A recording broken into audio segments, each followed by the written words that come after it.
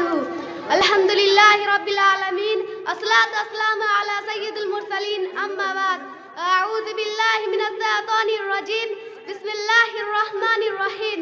أوتوا العزير عذره قبل أن يجف عرقه، ابن ماجه وسهر والفاني. صدر محترم مربی و مشفق و استاد مکرم و حکم صاحبان، قرب جوار سے تشریف لائے ہوئے مہمانان اعظام، اس مکتب تراج العلوم کا پروان چڑھتے سو چمکتے تھا گفتہ پھولو. آج کے اس سالانہ مسابقہ میں جس موضوع کے تحت خطابت کرنے کا صرف حاصل ہوا ہے وہ ہے اسلام اور مزدوروں کی حقوق.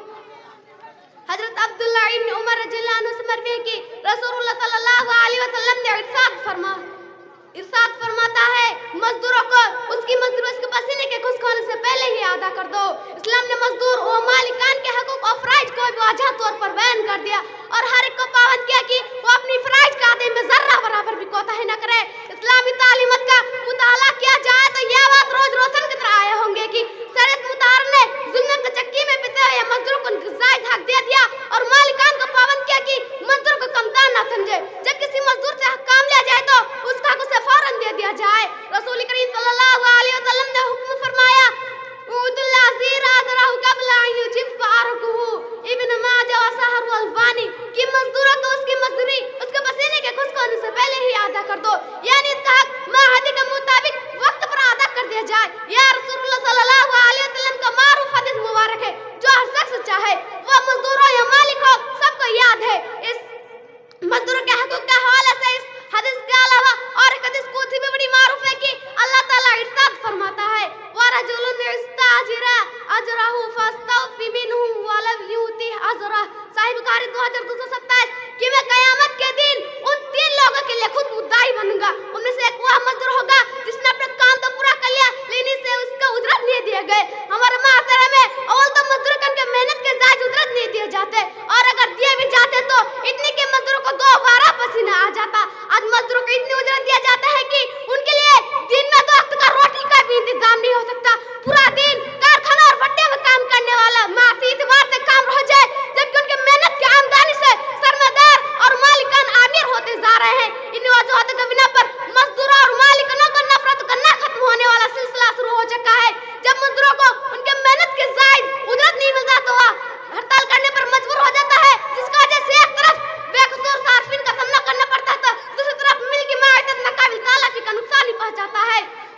رسول کریم صلی اللہ علیہ وسلم کے معروف حدیث مبارک میں مزدوروں کو تحفظ فراہم کرتے ہیں. مالکان تنبیہ کرتے ہیں کہ مزدور کو اس حاصل رکھا جائے وگرنہ اللہ تعالیٰ قیامت کے دن ان 3 لوگوں کے لیے ان پر مقدمہ قائم کیا جائے گی. اس مقدمہ میں رب تعالیٰ خود ہی مزدور کی طرف سے مدعی ہوں گے. رسول اللہ صلی اللہ علیہ وسلم کا معروف حدیث مبارک میں ہے تمہاری خدم مالزام مزدور اور غلام تمہاری بھائی ہے. لہذا تم میں سے جس کے پاس کسی کا کوئی بھائی ہو تو اسے چاہے کہ اسے ویسا ہی کھلائے اور پہنائے جیسا کہ وہ خود کھاتا اور پہنتا ہو. اپنے مزدور کو کوئی ایسا کام کرنے کو نہ کہے جسے وہ خود نہیں کر سکتا ہے اور اگر ایسے کام کرنے کی ضرورت ہو تو آپ بھی اس کا ساتھ دیں. اس حدیث شریف سے مزدوروں کے کام لینے کی کئی اطمال ہے. ایک یہ کہ مزدور اور مالکان کے درمیان بھائی چارہ کا رشتہ ہے. لہذا مالک کے لیے مزدور ہے کیونکہ وہ آپ نے جو پسند کرے وہ اپنے مزدور بھائی کے لیے بھی پسند کرے. ایک حدیث میں مالکان کو اس معاشرت کے زندگی سے روکا جا رہا ہے اور سب کی اختیار